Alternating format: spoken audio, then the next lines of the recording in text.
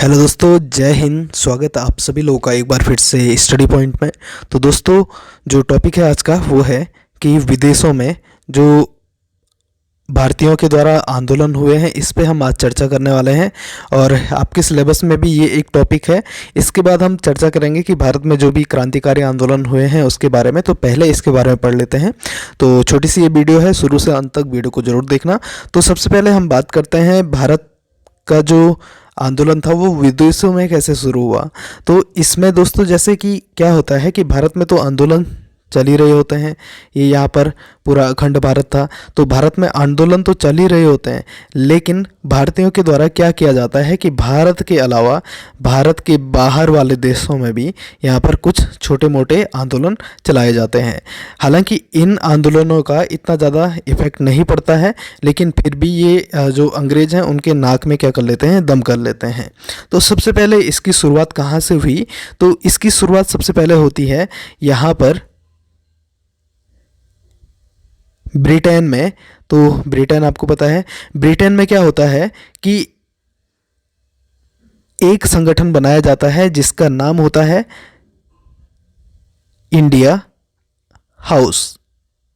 आप लोगों ने बहुत बार ये पेपर में भी देखा होगा कि इंडिया हाउस की स्थापना कहाँ पर की गई थी। तो ये की गई थी ब्रिटेन में। ठीक है, इसको रेड कर लेता हूँ। ये की गई थी ब्रिटेन में। ठीक, तो ब्रिटेन में इसकी स्थापना की जाती है 1905 में, 1905 में ब्रिटेन के लंदन में श्यामजी कृष्ण वर्मा के द्वारा श्यामजी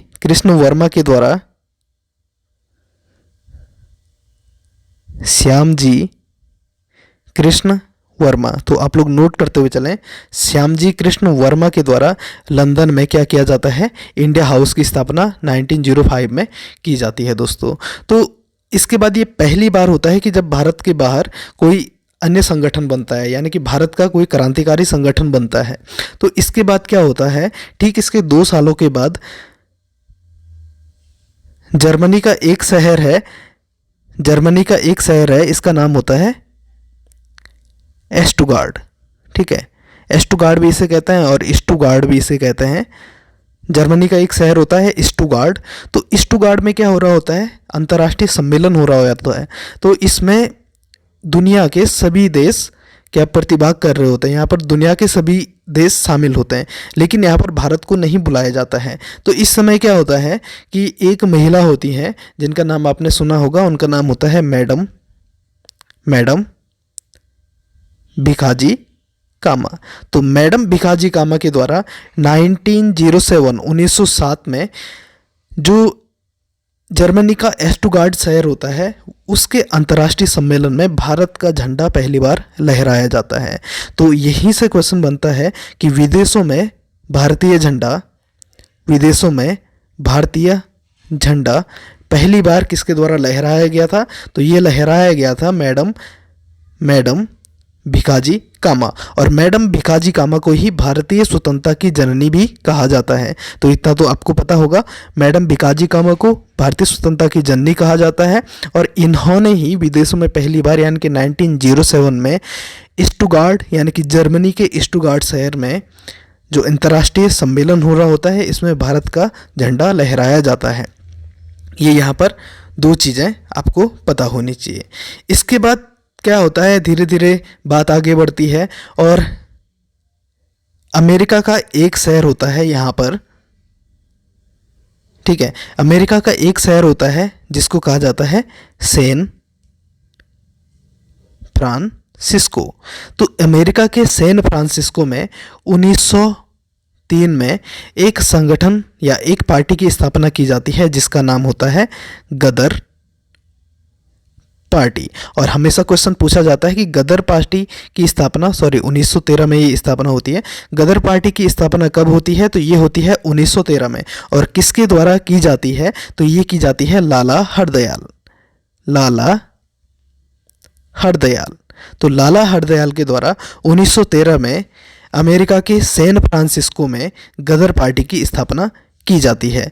और कई बार क्वेश्चन ये भी पूछा गया है कि जो ये गदर पार्टी थी ये किस प्रकार का संगठन था, तो ये एक क्रांतिकारी संगठन था। ठीक है, तो यहाँ से आपके इतने क्वेश्चन क्लियर हो जाते हैं।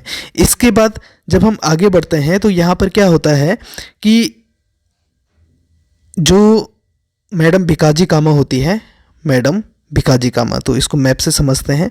तो मैडम भिकाजी कामा क्या होती है, ब्रिटेन में होती है, और ब्रिटेन से ये क्या करती है, सीधे इसको थोड़ा, मैडम भिकाजी कामा ब्रिटेन में होती हैं और यहाँ से क्या करती हैं, बंदूकों को और बारूद को यहाँ से सप्लाई करती है भारत में।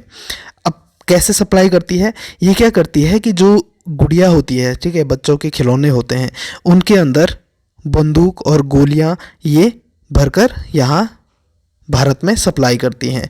तो इसका पता कैसे चलता है, वैसे तो पता नहीं चलना था, लेकिन जो भारतीय क्रांतिकारी होते हैं ये क्या करते हैं, यहाँ पर अंग्रेज सैनिकों को मार देते हैं। जब ये अंग्रेज सैनिकों को यहाँ पर खूब पिटाई करते हैं उनकी, बाद में उनका क्या होता है, जब उनका ऑपरेशन किया जाता है, ठीक है, तो पोस्टमार्टम में ये पता चलता है कि जो इन पे गोली लगी है वो भारत में नहीं बनाई गई है, वो कहाँ बनाई जाती है, इंग्लैंड में बनाई जाती है। और उसके बाद इनको एहसास होता है कि कोई ना कोई व्यक्ति तो यहाँ से क्या कर रहा है, जो गोली है, जो बंदूक है, उसको भारत में सप्लाई कर रहा है इंग्लैंड से। तो ये क्या करते हैं, इनका शक किस पे जाता है, क्योंकि भारतीय वहाँ पर कौन होते हैं, जिन्होंने इंडिया हाउस की स्थापना की होती है, उनका नाम होता है श्यामजी कृष्ण वर्मा। तो ये क्या करते हैं, यहाँ से इंडिया हाउस के संस्थापक श्यामजी कृष्ण वर्मा को उठाकर जेल में ले जाते हैं और इनको फांसी की सज़ा यहाँ पर इनको सुनाई जाती है, फांसी की सज़ा।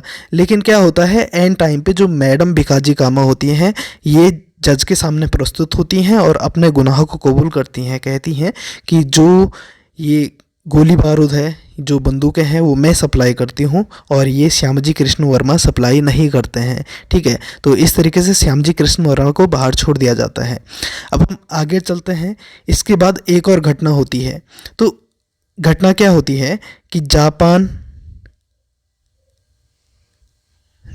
का एक जहाज होता है, उसका नाम कामागाटा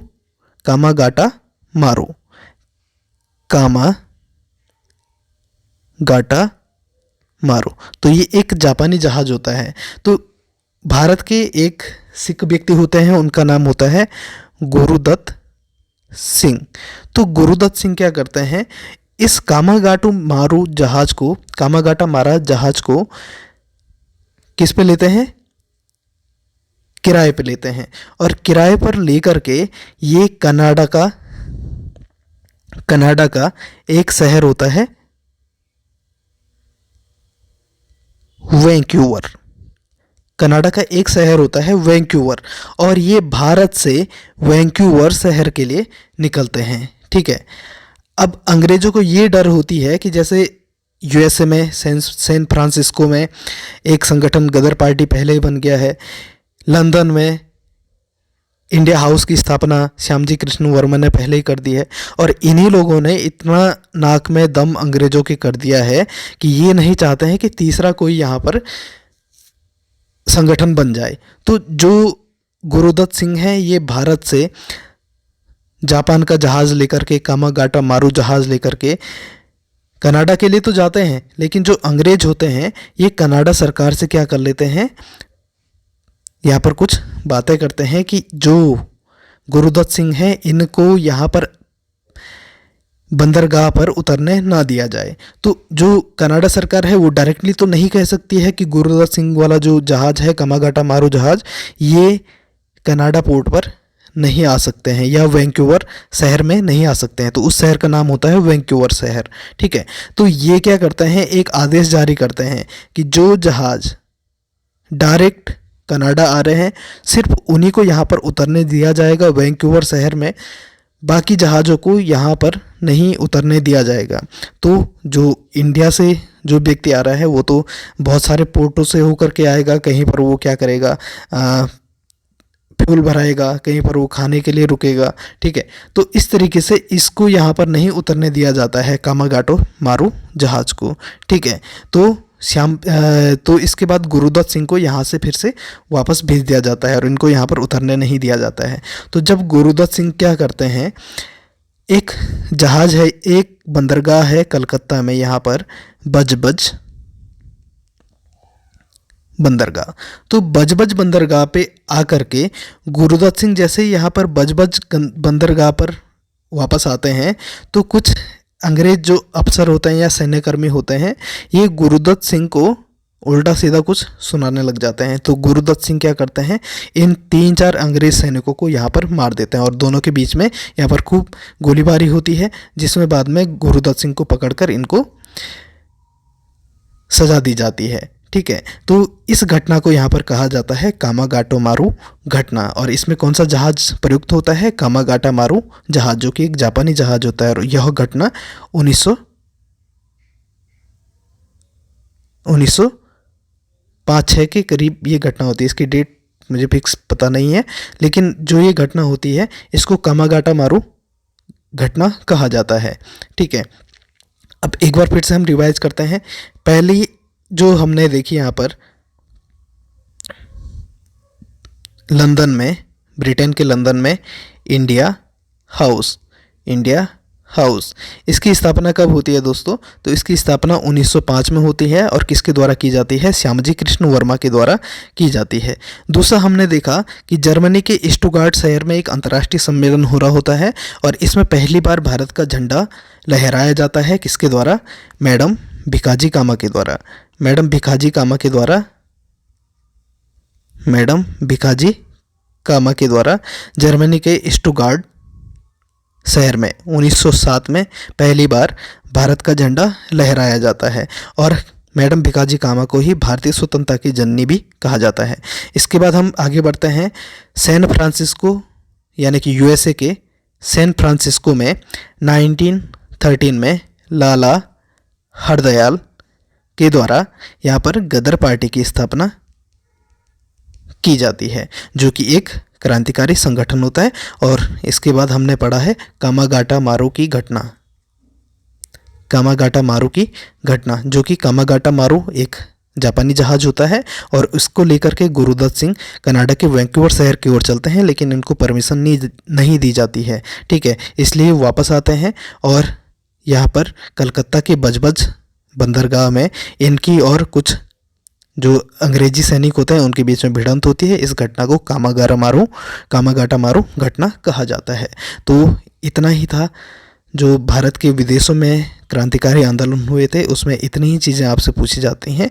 तो मिलते हैं नेक्स्ट वीडियो में। See you soon, good luck, bye bye, take care.